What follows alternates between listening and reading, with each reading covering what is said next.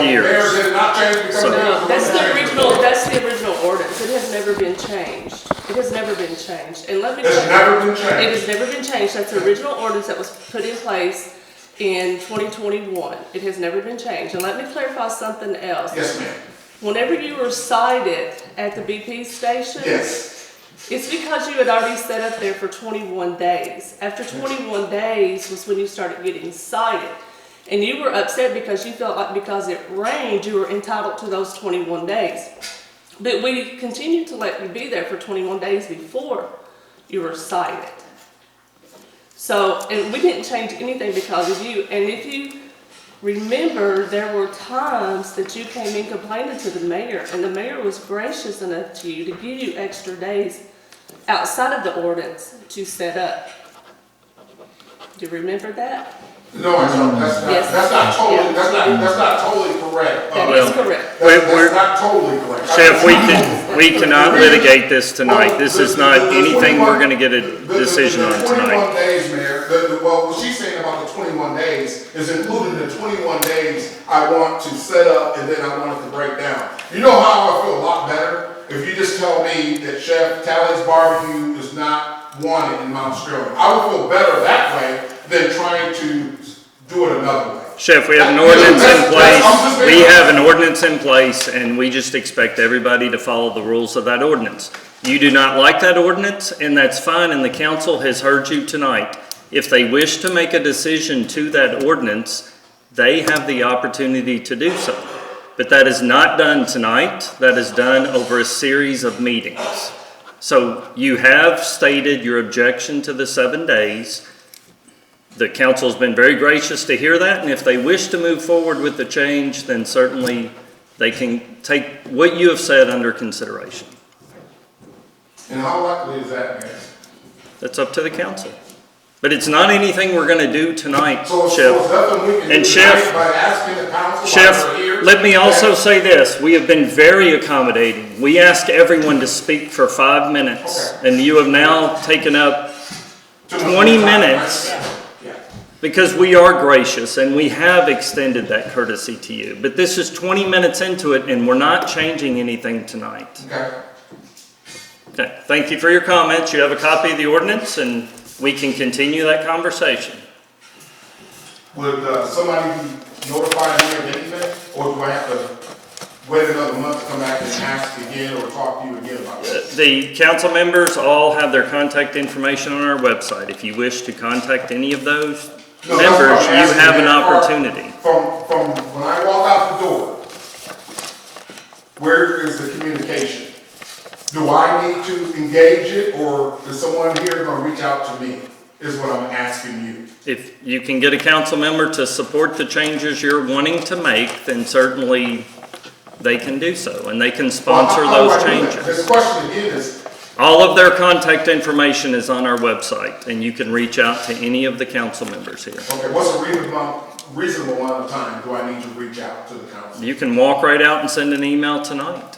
I mean, you have spoken to the council tonight and stated that you wish to see changes in an ordinance. We can't change that tonight. Ordinances, it just doesn't work that way.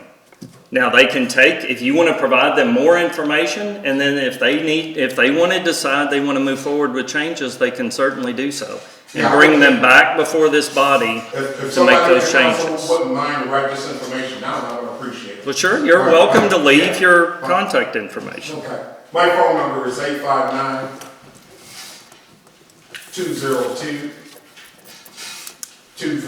859-202-2367, 859-202-2367. My name is Chef Talley, T-A-L-L-E-Y. And if you'd rather send me an email, it's one, like the word one, love, L-O-V-E, Talley, T-A-L-L-E-Y, @yahoo.com. And again, I appreciate what everybody here does. I respect it. I didn't come in here to demean anybody, but also, I want people to realize, you know, I'm trying to make a living like everybody else and try to remain to be a law-abiding citizen. And I gotta speak for myself. Okay. You know? So all due respect, I appreciate the time. Thank you, Chef. We appreciate Thank you you. very much. Okay, thank you. Item number 5 on the agenda is approval of July 16th, 2024 council meeting minutes. Those are in your packet. I'll second. Got a motion by Helton, second by Barnes. Any further discussion? Poll the members, please. Barton. Aye. Barron. Hilton. Aye. King. Murphy. Tribble. Item number 6, July financial reports. You've had those in your packet. You've had an opportunity to look those over. If you have any questions or comments, don't hesitate to bring those forward.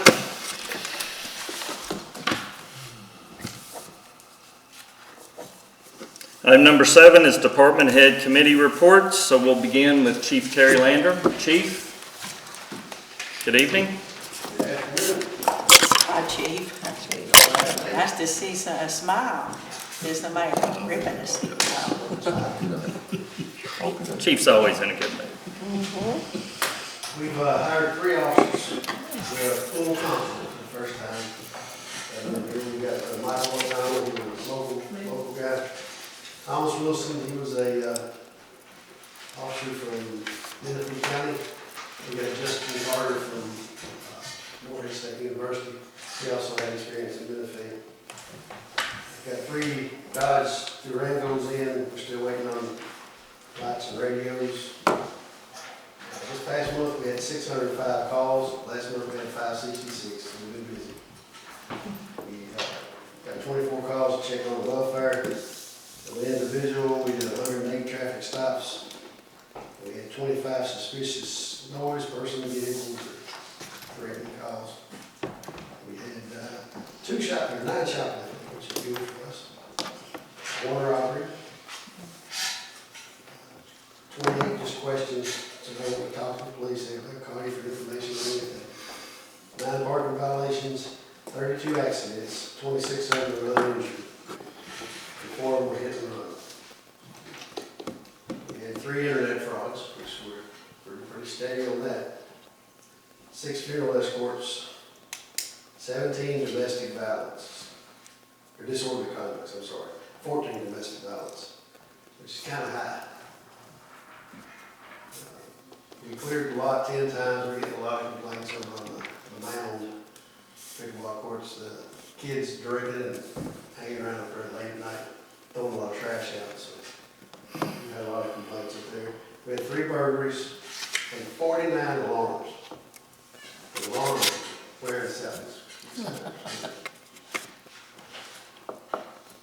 Y'all have any I questions? was talking to Patrick Manning, and he talked like they're going to put a fence across that parking lot with a gate Yes. to start maybe at 10 o'clock at night or at some point at night. Well, it closes. Blocking it off. It I mean, closes at keeping us dusk. from going,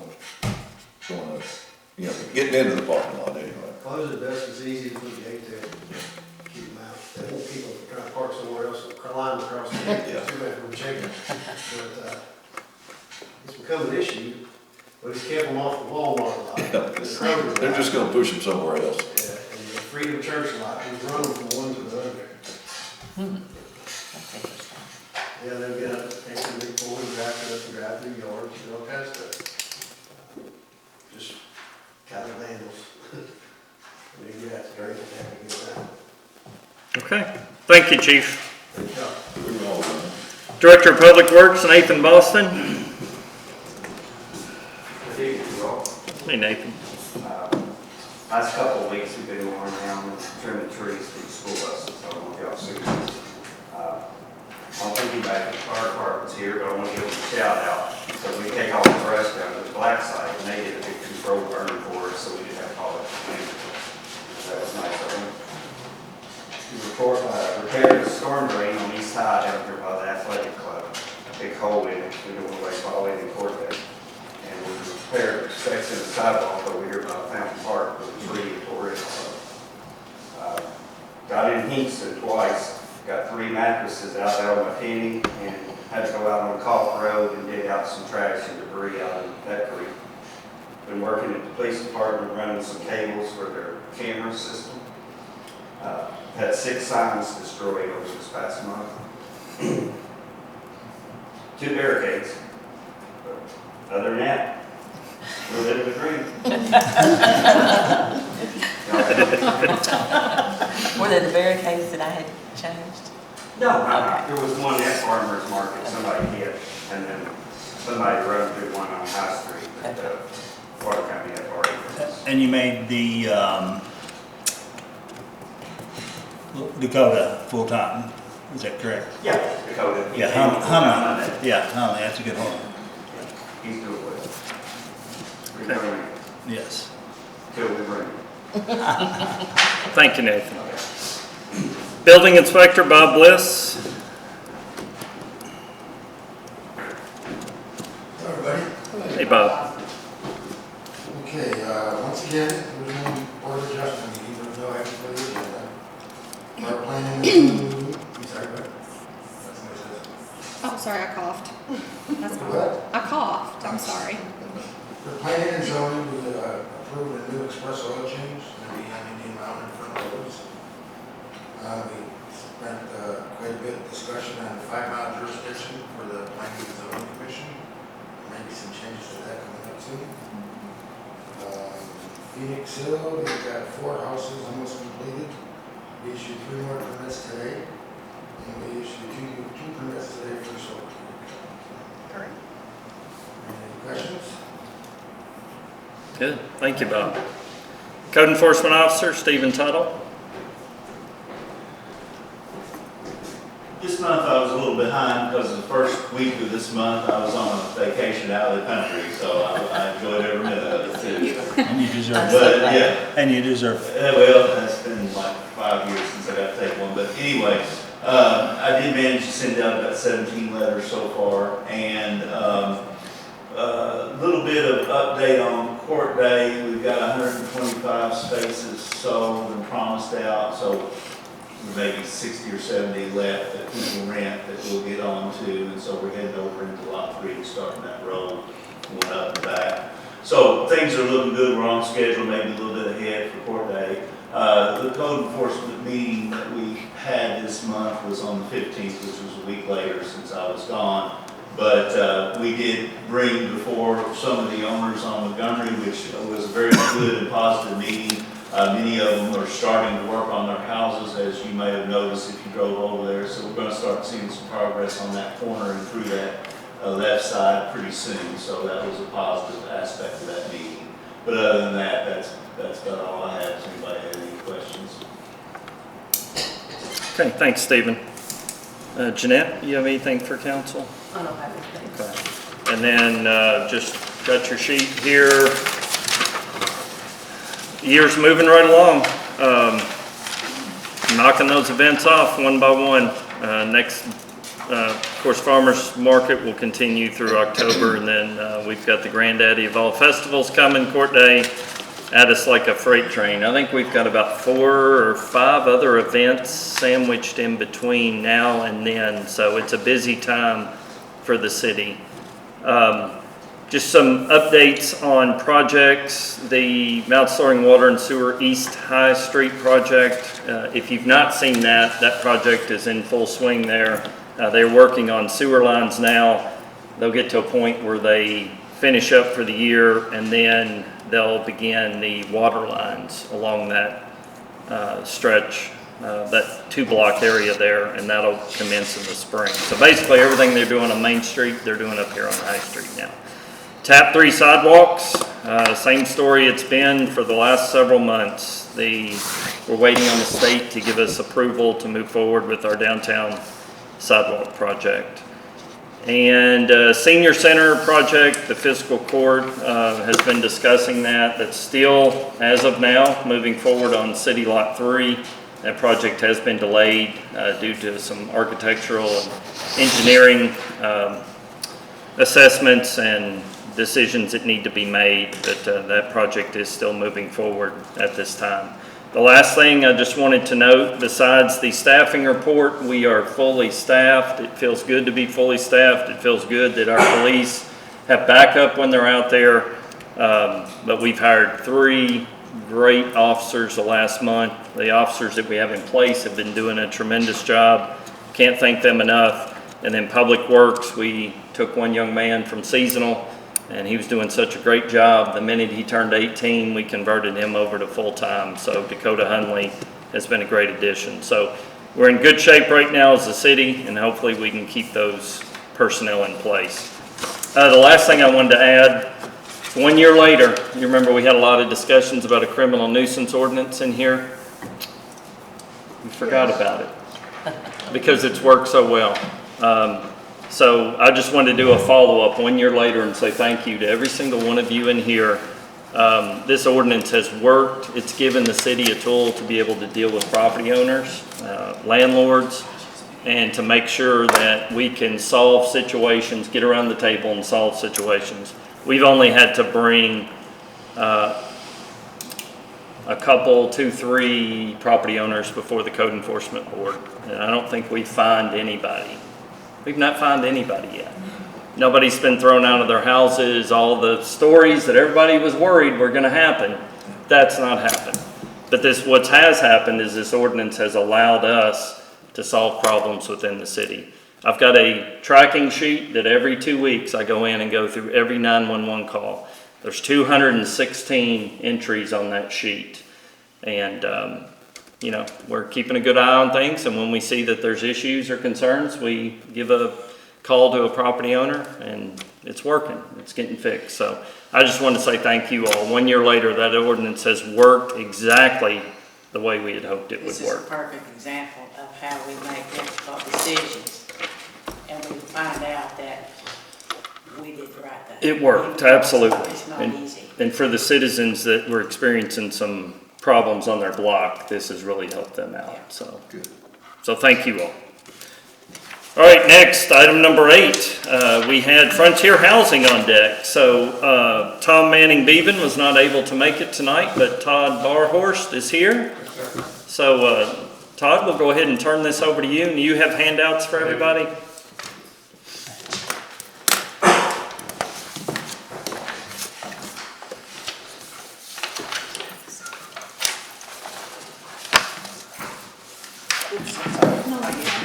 I'm just gonna read this real quick. Absolutely. Try not to be long. But first of all, thank you for letting us be here. The city council and Larry Watts, on behalf of the board and staff at Frontier Housing, I'd like to thank you for the partnership we enjoyed with the city of Mount Sterling. We're eager to continue that work by helping the city transition recently acquired vacant lots back into quality housing. This evening, we ask that the city donate 6 building lots to Frontier Housing for the development of well-built affordable housing. Specifically, we ask the city to donate 147 Richmond Avenue, 280 Richmond Avenue, 502 Scott Street, 211 Montgomery, 504 East Locust Avenue, and 105 Fox Street. Frontier pledges to assign the savings from the land donation onto the home buyers. The donation allows Frontier Housing to reduce the total cost of home buyers' households. Frontier was founded in '74, has been connecting folks to the housing resources they need for 50 years. Our mission is to be the leader for affordable housing solutions in Appalachian communities in the heart of the Ohio River Valley. Frontier improves the quality of life for individuals and families by helping them achieve long-term stability, financial independence, and generational wealth. Thank you again for the partnership with Frontier and Mount Sterling. Okay, Todd, thank you. I have on your desk, I just put a current updated list of properties. This is our blighted, abandoned, dilapidated list. So right now, we own 16 properties that the city is sitting on, waiting on a good idea. Nathan's having to mow and maintain those properties, so I know he's looking for good ideas himself. So Frontier Housing, we had partnered with them, as you remember, on Jamison Street, and they built a wonderful home for a deserving family. And what they have asked is that we consider donating these 5 properties. Frontier Housing is a nonprofit, so we may do this so that they can build affordable homes for people. So we take a vacant lot and put it back into use, which is ultimately what our goal has been with this program. Every one of those are good lots, and certainly I support this. I would ask council to bring forth any questions, concerns, comments.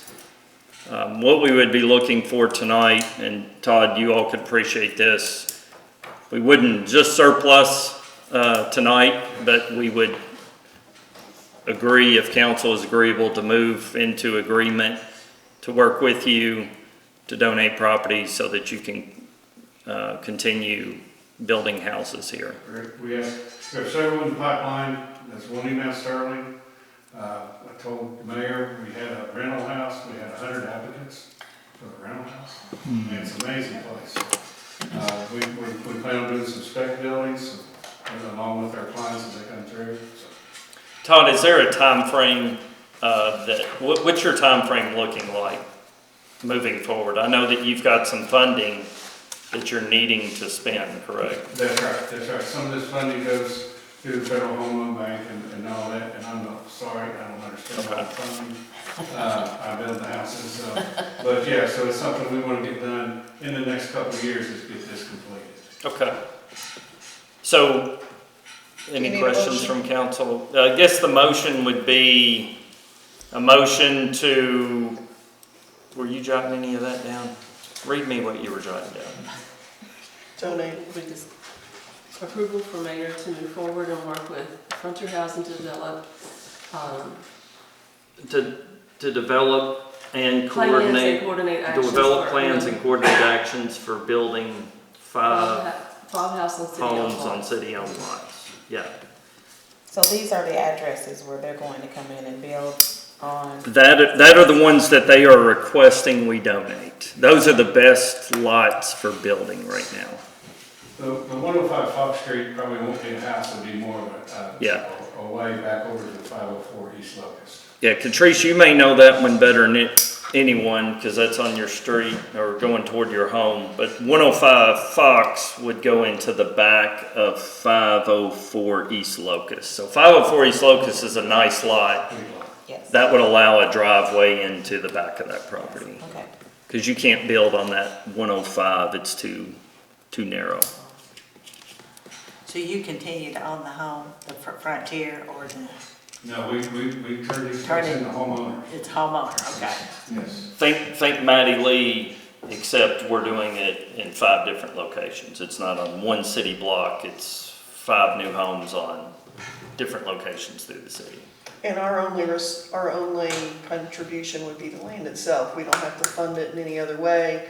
It sort of is self-sufficient, and then it also helps folks be able to create some independent living, right? Correct. Okay. Generates tax revenue for the Yes. city, because it's now a gainfully sustainable property. Property, Mm-hmm. okay. Nathan doesn't have to cut the grass. And Nathan doesn't have to cut the grass. This is a win-win-win, so. So I guess, do you want me to read that once again? Could we get a motion for approval for the mayor to move forward and work with Frontier Housing to develop plans and coordinate actions for the building of 5 homes on city-owned lots? I'll make that What- motion. Would we just need to say that you can donate them, or is your coordination just? We'll mean surplus that- them formally as they need them. Gotcha, okay. Because we don't want to surplus them tonight and then Some move fall forward through. and then they don't do it. So Okay. as they're ready to begin a project, we'll surplus Gotcha. that property. Okay. Yes. Go ahead, David. I'll make the motion. I'll second it. Motion seconded. Any further discussion? Okay, poll the members, please. Barnes. Garrett. Aye. Helton. Aye. King. Aye. Murphy. Aye. Trimble. So Todd, what we'll do is put an asterisk by each of these 5 properties that we've got them set aside in reserve to work with you all Okay. moving forward, okay? Sure. And if I need to give you something, a letter, so that you can move forward with your board of directors, let me know what I need to provide you, okay? Thank you. Okay, Thank you all very much. Okay. thank you. I know that. Great. Item number 9, Brad Reed, Mount Sterling Water and Sewer, General Manager. How are you, Brad? Doing good. I want to take and stop by and give you all some updates of things and different things that's going on with Mount Sterling Water and Sewer. At our July commission meeting, the commission approved our 24-25 budget, which included a 4% rate increase on the water only services. There was no increase on the sewer. The rate increase, of course, is decided because of ongoing increased cost of materials and services. And as far as another factor, is a major project that we're currently going through and have right now is the Greenbrier Lake Reservoir concerning the dam.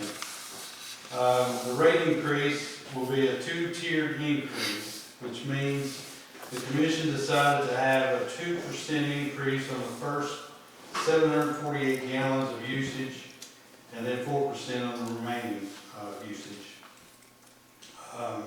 The increase went into effect August 1st, and will be reflected on the customer's September bills. What the customers will see on the bills will be, for example, a customer in the city with an average usage of 4,400 gallons will see a total bill increase of $1.12. And a customer in the county will see, with the same usage, will see a total bill increase of $1.23. As for the project of Greenbrier Lake, at this time the design is being developed. That will soon be out for bid. It's what we call, what's called the interim risk reduction measure project. What that means is that this project is this project is to improve the stability of the dam for a limited duration of time, approximately 10 years or more, while a long-term strategy for our water supply is identified, designed, and implemented. The Division of Water is encouraging regionalization of our water supply, and which means that it should be possible that our water supply will be coming from a different water source other than where we currently get it from, which is primarily Slate Creek, and then of course Greenbrier Lake is our secondary source. All the options of water supply are currently being examined and thoroughly looked at to determine what is best economically, treatability, and overall the best for the customers and the districts we serve.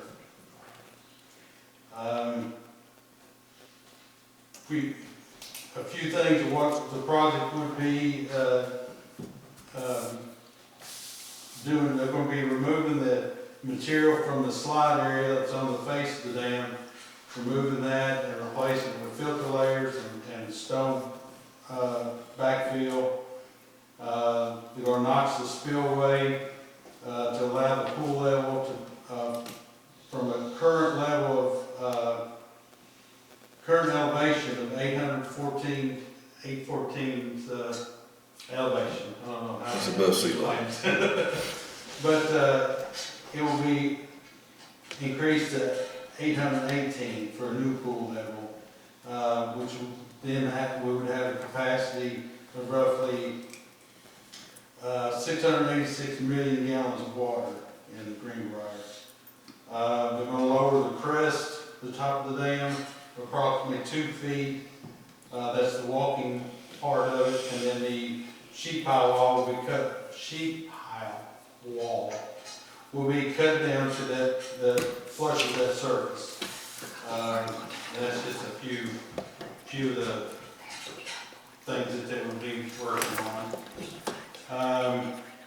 And we're trying to take a proactive approach to keeping costs down, and we're, as much as we can, starting to complete as many water and sewer infrastructure projects as we can in-house versus bidding them out to contractors. I mean, as you know, the mayor mentioned that right now the project we're working on is High Street, and it's the sewer portion, and the water portion we're probably looking at to start on it in early spring. And this is water line up there. It's a 1901 water line, and the condition of the sewer line is poor. So that clay sewer line, it needs to be replaced. An update on the water treatment or wastewater treatment plant. That project is about 63% complete. And there's still several components that need to be installed once they come in. There's several that are delayed and backlogged, but the contractors still say that they'll have it completed by April, May 2025. And that's about it for a lot of times. I sure want to see it.